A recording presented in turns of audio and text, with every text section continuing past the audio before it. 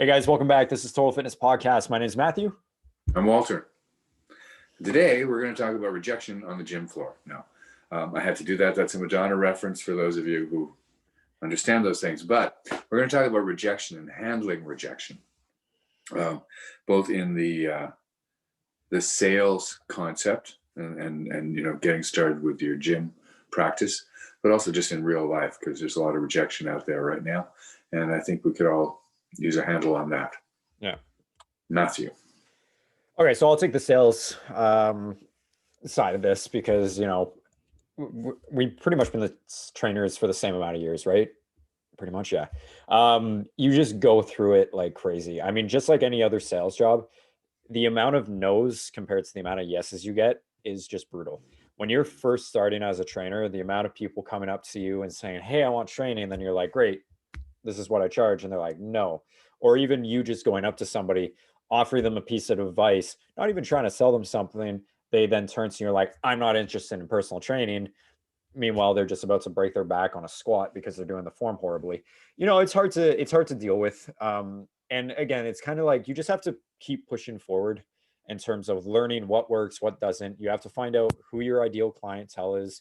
You have to figure out what you're trying to provide to the clientele.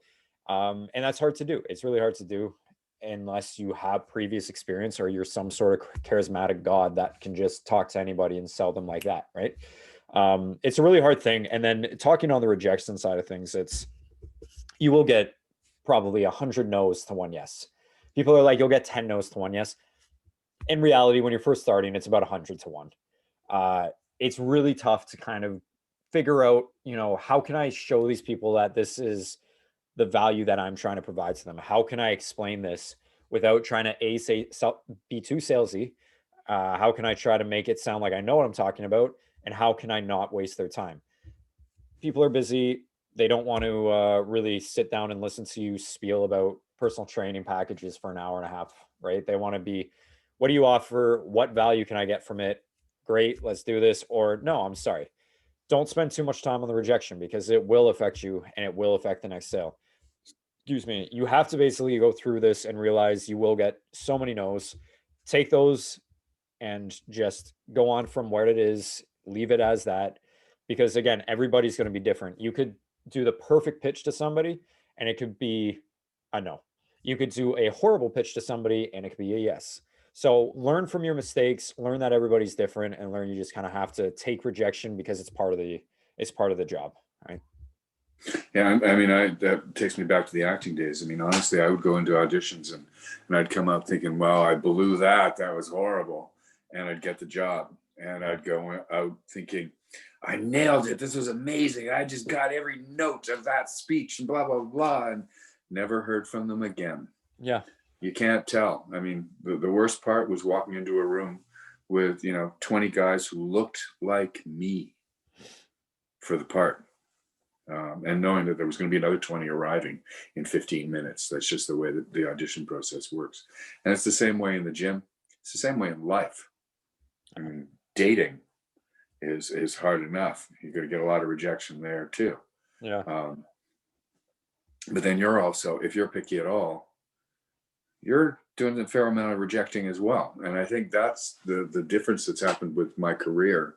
For the longest, when we first started, it was like, "Please, a client, any client, a client, give me a client." Yeah. And so we would talk to anybody and we would put up with and be hurt by the rejection that we got. Yeah. Now it's much more a matter of, I'm going to audition you while you're auditioning me, because I want to make sure that you are someone I'm going to be interested in working with for the next 6 months to a year. Because if you're really a pain, maybe I don't want to. Yeah. Because my life is valuable, my time is valuable, and I want to enjoy what I'm doing. Yeah.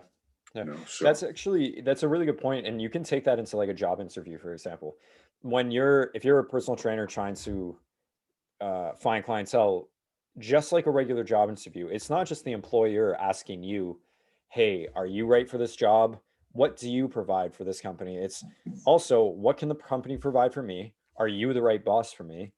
Is this the right job for me? Right? You don't just go into any interview and expect that they have all the power, because they don't. You should realize that at any point, any conversation, whether it's selling yourself for a job interview, selling yourself in dating, selling yourself as a personal trainer, or selling yourself, whatever, you still have to be letting them sell to you. You can't take all that rejection onto yourself, because as Walter said, if you do, you're gonna think about it constantly, and it's just gonna get worse and worse, right?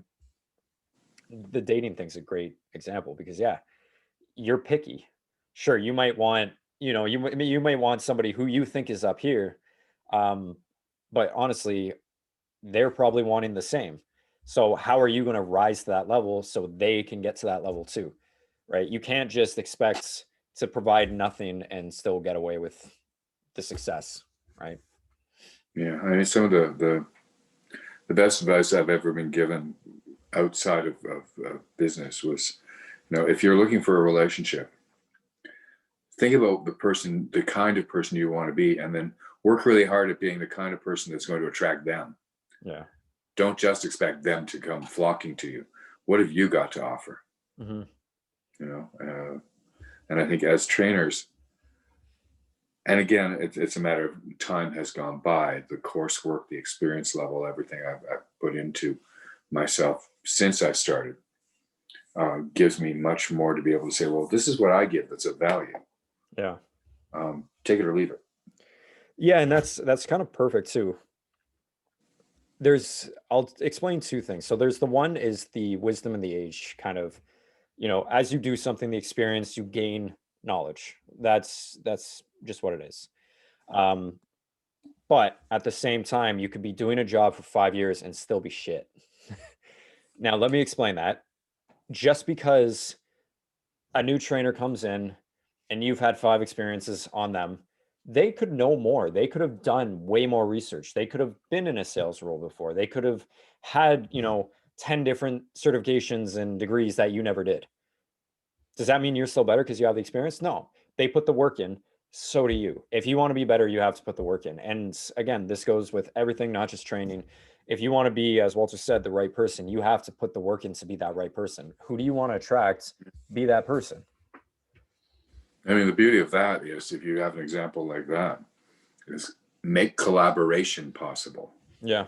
Work together, learn from that person while giving them the benefit of the information that you have. That's what we do. Yeah, that is what we do. Yeah, that's exactly it, right? So that's pretty much it. You will get rejected. It's just a part of life. Everybody knows that. It sucks. It happens. Take from that experience and move on to the next best thing. If you're looking at it from a sales perspective, there is 7 billion, 7.5 billion people on this planet. Somebody will buy something for you. If somebody can get away with selling the pet rock and making that the biggest thing ever, somebody will. Pets. Yeah, yeah, yeah. Somebody will buy training from you. You could be the worst trainer ever. You could be the worst salesperson ever. Somebody will happen to do that. Don't be. Get value, give value, be knowledgeable, work on your sales a little bit. But there is always somebody out there. Just realize that. Just like, the phrase, there's a million fish in the sea or a billion fish in the sea. There is. Sure, maybe you thought that person was the one, but how do you know for sure? You didn't even talk to them. You have this idea in your head that, excuse me, you have this idea in your head that they are perfect because you haven't really talked to them. You just see them at work and you're like, wow, this person is so nice to me. They make me laugh at every joke they say. They always dress well. They are always so well put together. Okay. And then you start dating 3 months later. They're not put together most of the time. They really just like watching Netflix all the time. They really just put up with that shit just because they wanted to make sure that they could date you. And then you realize, oh, maybe I should have thought more into this. It's the same exact thing with the sales. You have to show that you're worth your value within 20 to 30 minutes or an hour, whatever it is. Just like in dating, if you go up to somebody right away and you say, hey, I want your number, how are you going to prove that you're worth their time? All right. Rejection's part of the process. You just have to be sure that you're showing the value even in that rejection, because that will make you a better person down the line. And I hate to say this, but throw the past against the wall, and the stuff that sticks is the stuff you're going to keep. Mm. There's another word I could use, but I won't. But if you don't, you have to keep trying. You have to go through that trial and error. You don't meet the love of your life on the first date that you ever have. No.